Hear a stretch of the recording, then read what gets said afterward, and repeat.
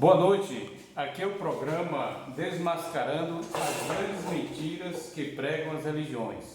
E aqui está Alberto, que vai trazer informações precisas para que vocês fiquem bem esclarecidos acerca dessas grandes verdades. E a primeira pergunta que eu irei fazer ao senhor Alberto é o que as igrejas e líderes e pastores escondem dos seus seguidores. Vocês sabem? Alberto é que vai responder. Bem, meus queridos telespectadores, irmãos, o que eles escondem é uma coisa muito simples. Tá lá, eu vou daqui a pouco ler o texto bíblico. Eles escondem o seguinte, que na realidade todo ser humano ele já foi salvo. A salvação já foi garantida para ele desde a fundação do mundo, Quando ele criou Adão e Eva, ele criou para eles viverem eternamente. Mas infelizmente, quem conhece a história lá do Gênesis, vai perceber que em um dado momento da história, eles desobedeceram, a palavra de Deus. Mas no entanto, Deus já sabia, porque Ele é onisciente, onipresente e onipotente, ou seja, Ele tem todos os poderes, Onisciência, onipotência e onipresença. Ele está em todos os lugares ao mesmo tempo. Ele é onisciente porque Ele sabe de todas as coisas. Ele sabe o passado e sabe o futuro. E Ele sabe o que se passa na mente de cada ser humano. É um poder que é unicamente atribuído. E onipotente porque Ele tem o poder para fazer absolutamente tudo em apenas uma palavra. Se Ele quiser destruir conosco, com o nosso planeta, basta Ele dizer uma palavra ou dar um sopro em sua boca e esse mundo passa a não existir mais. Mas vamos lá para a pergunta inicial. O que as igrejas e líderes religiosos e pastores escondem dos seus seguidores? Escondem que nós, todos os seres humanos, já estamos salvos na pessoa de Jesus Cristo. Aí você me pergunta, baseado em que você fala isso? Vamos abrir a Bíblia, lá em João, capítulo 3, versículo 16. Está escrito assim, João, capítulo 3, Evangelho, Novo Testamento. É um versículo bastante conhecido, bastante pregado pelos pastores, E é o verso áureo, Eu entendo que eu aprendi e descobri que esse é o verso áureo da Bíblia, Verdade. Então vamos ler exatamente como. Eu sei de qual, mas é bom a gente ler aqui na palavra, porque fica mais uma coisa mais transparente. João 3,16 diz assim: porque Deus amou o mundo tanto. Não, é porque em algumas versões é assim, porque Deus amou o mundo de tal maneira, Na minha versão aqui, é João Ferreira de Almeida, hein? É bom até falar de João Ferreira de Almeida. João Ferreira de Almeida, para quem não sabe, foi um padre católico, Então tem várias traduções, Na minha tradução está escrito assim: porque Deus amou o mundo tanto, porque Deus amou o mundo tanto, que em outras traduções está escrito assim: porque Deus amou o mundo de tal maneira que enviou o seu único Filho unigênito, para que todo aquele que nele crê não pereça, mas tenha a vida eterna. Já que nessa tradução aqui, que é João Ferreira de Almeida, vocês podem ver aí, Almeida Século, está escrito assim, porque Deus amou tanto o mundo que deu o seu Filho unigênito, para que todo aquele que nele crê não pereça, mas tenha a vida eterna. Que dá na mesma coisa, Só muda a tradução. Pois bem, baseado nesse texto que nós lemos, nesse pequeno texto aí, deixa claro que as pessoas que irão herdar a salvação, basta só uma coisa: crer no sacrifício de Cristo.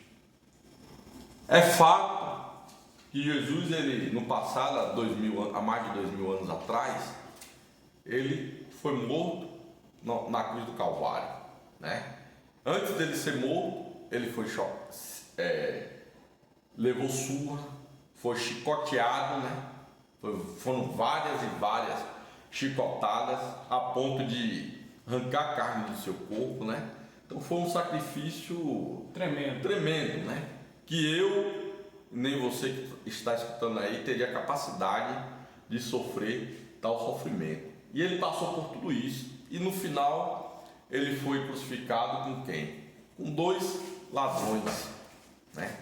Um deles reconheceu que Jesus era quem? Deus. O Filho de Deus. Reconheceu que ele era o Filho de Deus.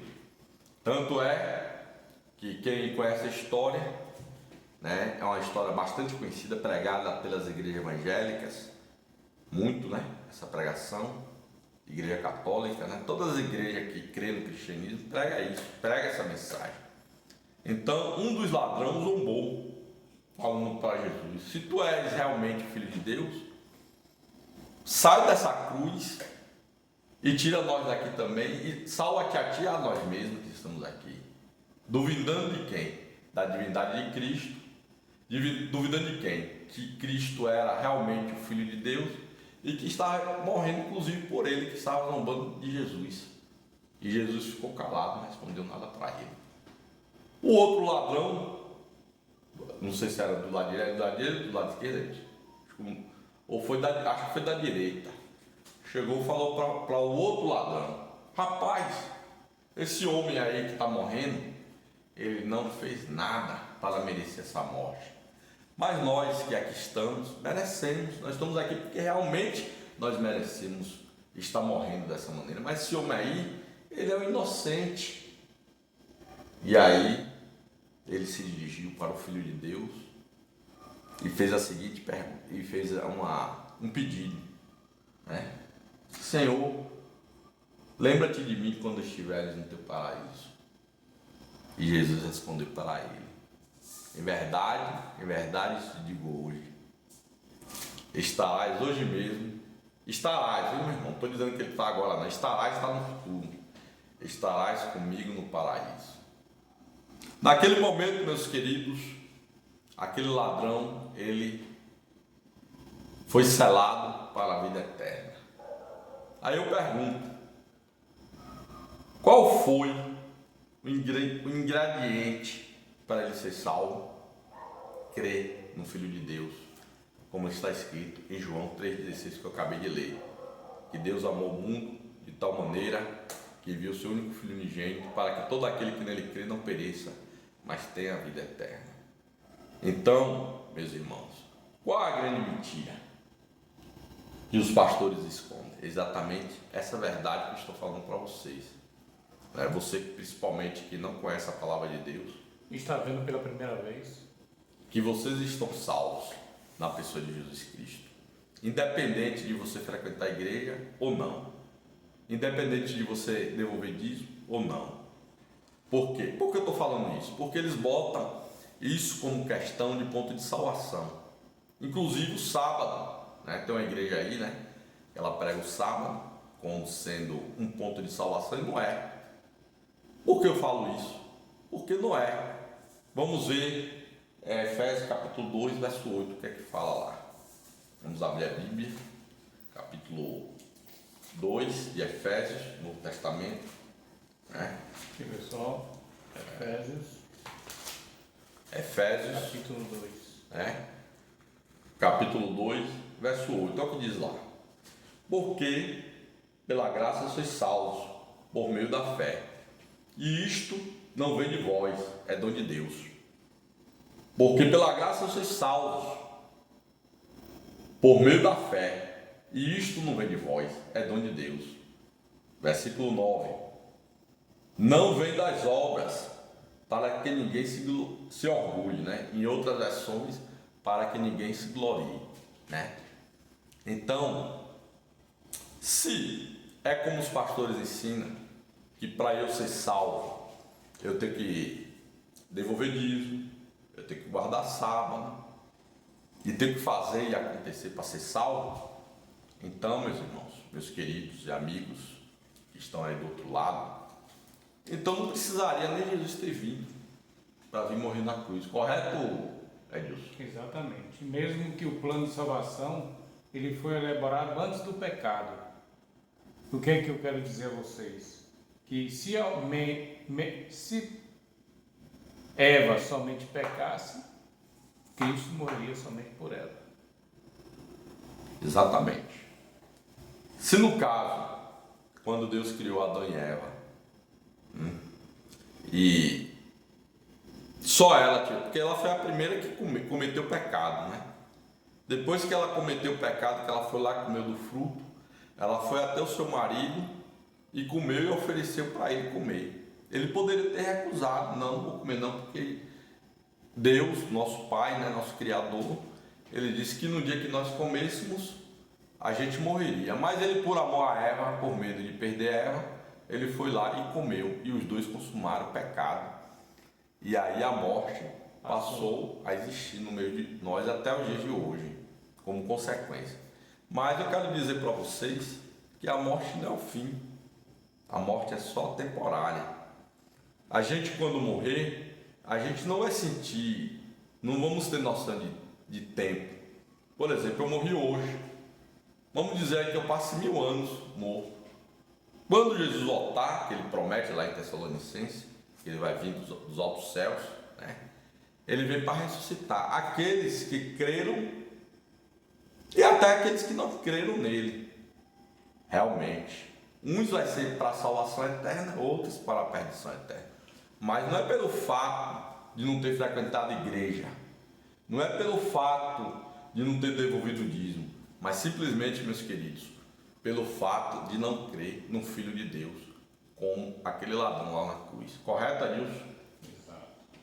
Vamos para a segunda pergunta? Vamos.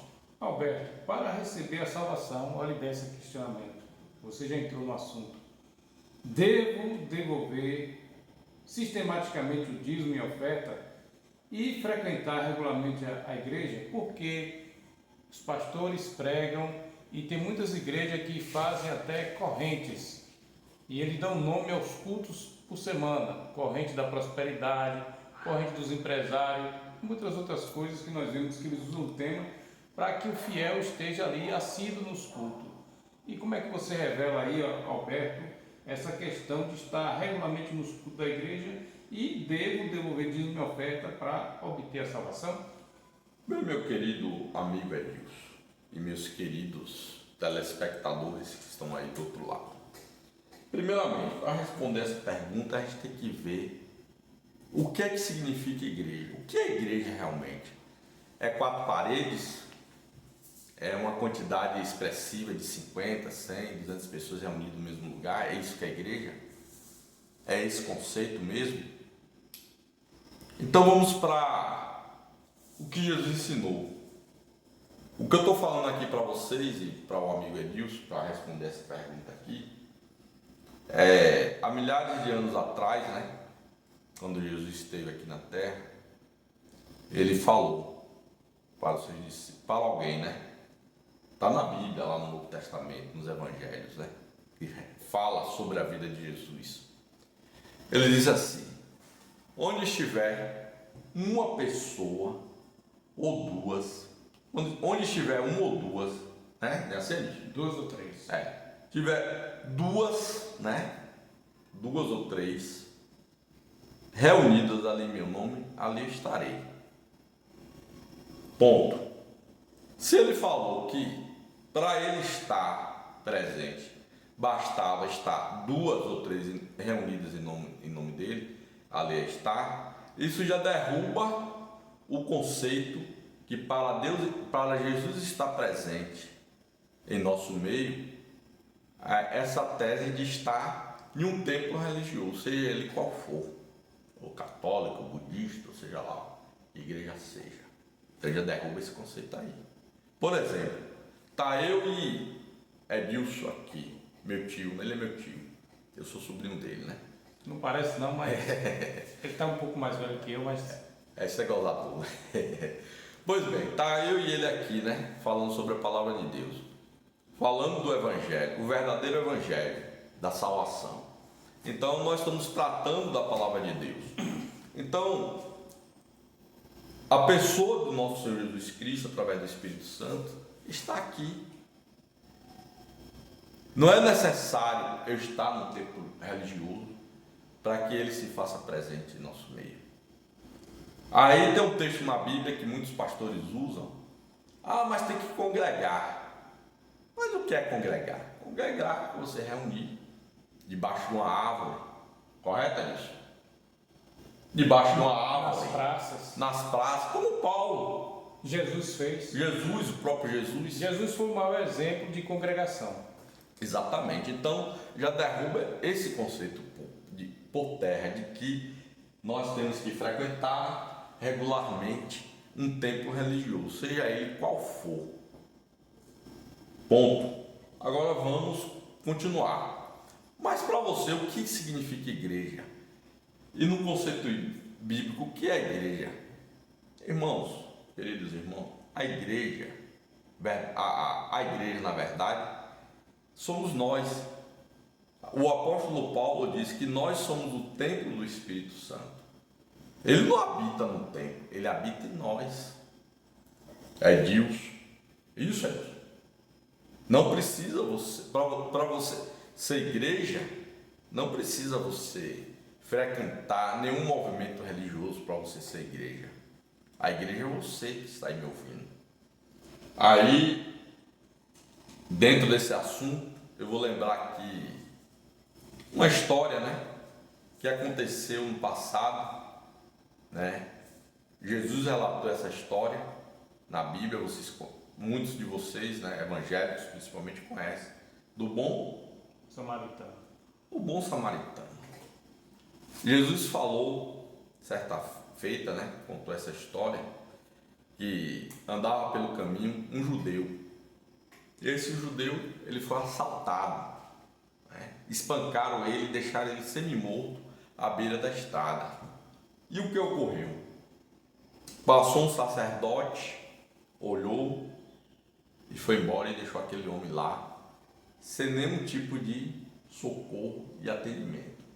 De igual forma, um fariseu, não é isso? Primeiro passou um sacerdote, depois o levita. Não foi fariseu? Passou um sacerdote e depois o levita. Mas não tinha sido fariseu. Não. Que era doutor da lei, eram doutores da lei. Não, passou um sacerdote e depois o levita. Sim. E o levita, assim, também olhou aquela situação e indiferente foi embora. Certo. Mas esse texto é conhecido, Eu deveria até ter pegado esse texto, ele está me falando levita, na minha cabeça é fariseu, mas tudo bem. Certo que todos dois eram conhecedores da palavra de Deus, Sacerdote era como se fosse um líder religioso, um pastor, um padre hoje, correspondia a isso, bicho? E o levita é aquele que cuidava do templo. Exatamente, que era um religioso. E eles deixaram de lá, não ligaram para aquele cidadão, judeu, até da nação deles, conterrâneo deles, deixaram lá. E justamente o samaritano, que era uma nação inimiga dos judeus, que na cabeça deles, esses samaritanos, é como se fosse hoje, no contexto de hoje, um mundano, que não conhecia a palavra de Deus, que estava no mundo. E aí ele olhou para aquele cidadão judeu, se compadeceu, e o que ele fez? Levou ele no lombo do animal dele até uma hospedaria.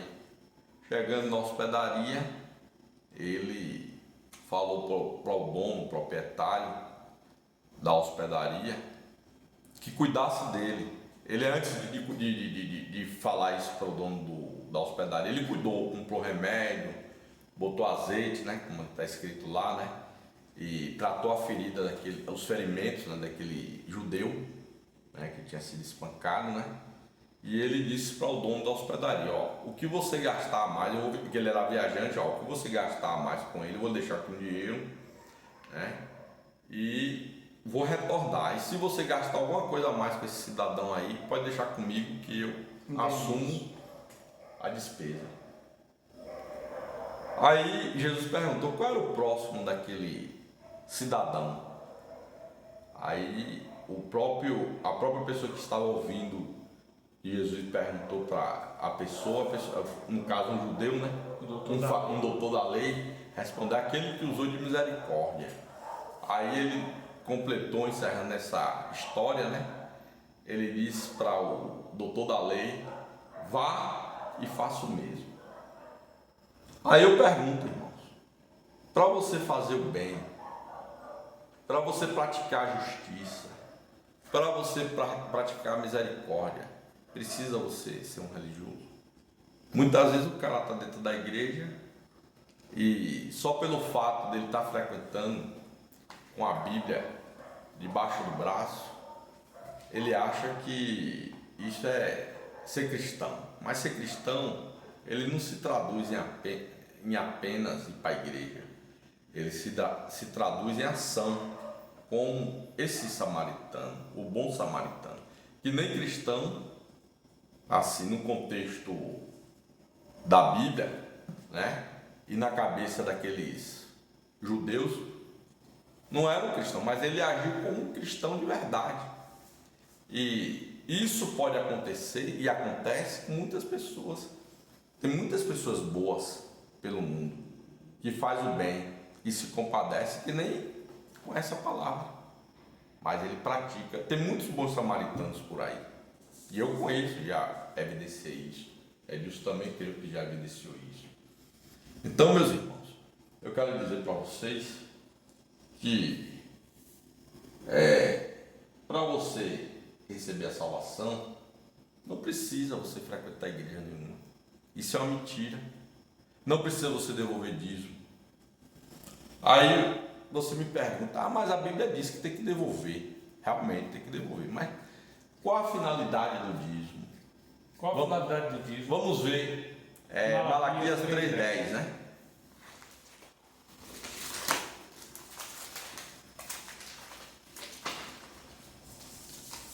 É o último livro do Antigo Testamento.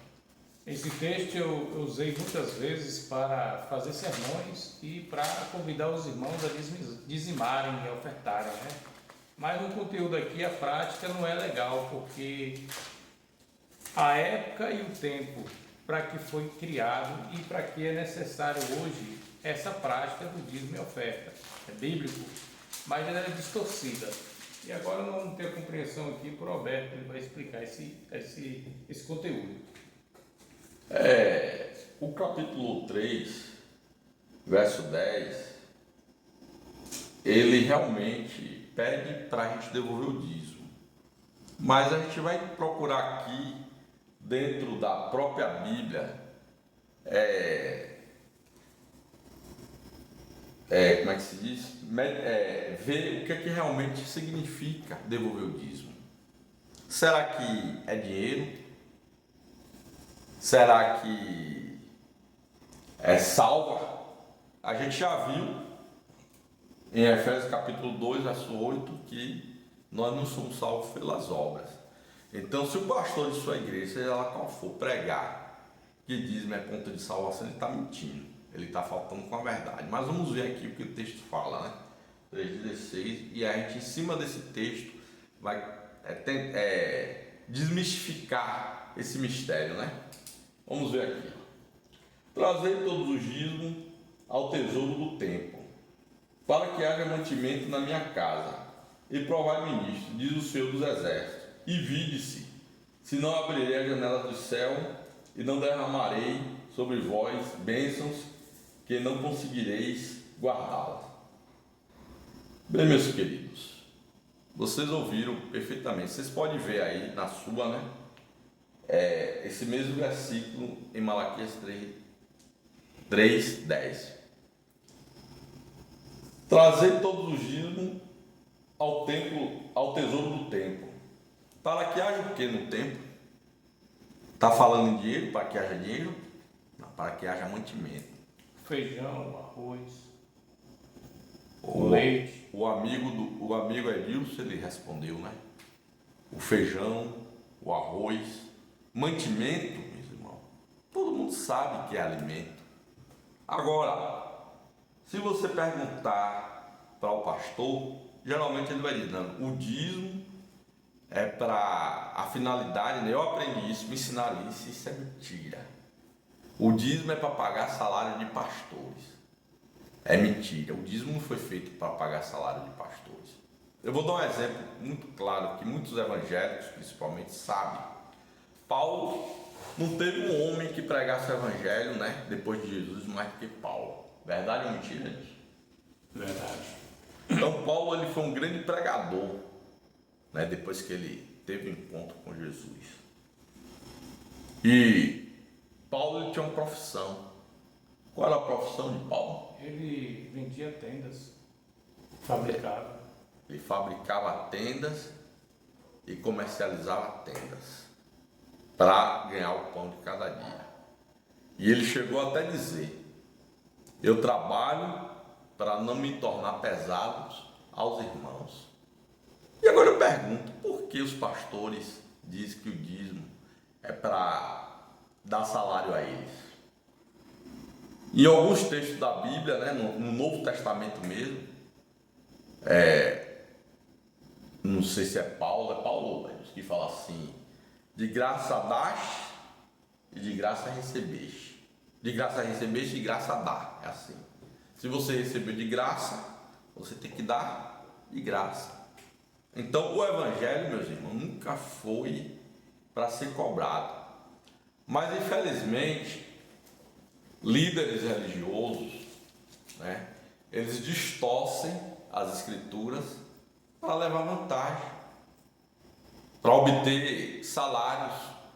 Aí eu lhe pergunto, irmãos, principalmente os irmãos mais humildes, se você não tem plano de saúde, ou não pode bancar um plano de saúde, eu também não tenho, o Edilson também não tem. Se a gente adoecer, a gente vai para onde? Para o SUS, né, Edilson? Agora eu pergunto ao pastor, se ele adoecer, ele vai para onde? Um médico particular, hospital de primeira. Aí eu lhe pergunto, ele é melhor em quê do que eu e você que devolvemos o dízimo? Quer dizer que ele pode ter um tratamento diferenciado e eu não posso? Entendeu? Então, essas perguntas, essas questões, só para vocês questionarem aí. Outra coisa, geralmente tem muitos cristãos, né, que eles passam até necessidade, mas eles devolvem fielmente. Acho que às vezes deixam a luz sem pagar, deixa de comprar uma roupa, deixa de comprar um calçado, deixa de fazer alguma coisa para dentro de casa para devolver o dízimo para o pastor, né, para a igreja, né? Ele só quer para a igreja, mas na verdade é para o pastor, né? E aí, o que acontece? Eles se privam, né? Passam necessidade e até mesmo essa pessoa, né, que devolve, às vezes tem até vontade de ajudar alguém que esteja passando por necessidade, mas ele não pode, porque ele já tira ali 10% do salário dele para pagar salários de pastor, né? Aí eu pergunto para vocês, aí a gente vai para o Antigo Testamento, ou para o tempo de Jesus lá, né? Já no Novo Testamento, né? Já para o tempo de Jesus. Como é que Jesus vivia? Jesus andava em Jerusalém, né? Naquelas ruas, não tinha calçamento, tudo empoeirado, né? Quilômetros e mais quilômetros, pregando, curando, evangelizando, fazendo milagres, de pé, ele e os discípulos, né? E aí, até a única, ele não ostentava em nada, né? Até em cima de um jegue, Jesus andou em cima de um jegue. E os pastores hoje andam com carro de luxo, com ar-condicionado de última geração. Tem uns que andam até de jatinho particular e está dizendo que está pregando o evangelho. Enquanto isso, tem muitos membros, né, passando necessidade, passando até fome, para eles ostentar. A verdade é que os fiéis, eles se sacrificam para que esses líderes, os pastores, eles possam viver os prazeres da terra. Agora é isso.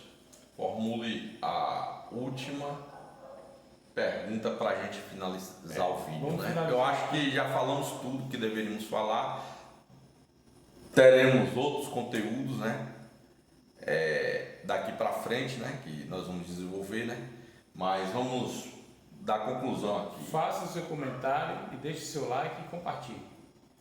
A última pergunta, Alberto. Por que os pastores não pregam a verdade? Boa pergunta, né? Por que eles não pregam a verdade? A verdade que nós falamos aqui, que você já está salvo. Sabe por quê, meus queridos? Porque se ele pregar essa verdade, você vai entender que não precisa devolver dízimo para ser salvo. Você vai entender que não precisa frequentar a igreja para você ser salvo. Você vai entender que não precisa guardar sábado, né? Como muitas igrejas. A igreja adventista, né? Ela prega que você tem que guardar o sábado para ser salvo. Quando na realidade ninguém guarda mandamento nenhum. Aí vocês me perguntam, e você fala isso baseado em quê? Na própria Bíblia. A Bíblia diz assim: aquele que disser que não tem nenhum pecado é o que, Edilson? Mentiroso. E nele não está o que, Edilson? Verdade. E quem é o pai da mentira? E quem é o pai da mentira? O São próprio. João 8,44, meus amigos. Pois bem. Então, meus queridos amados, baseado na Bíblia, ninguém guarda os mandamentos.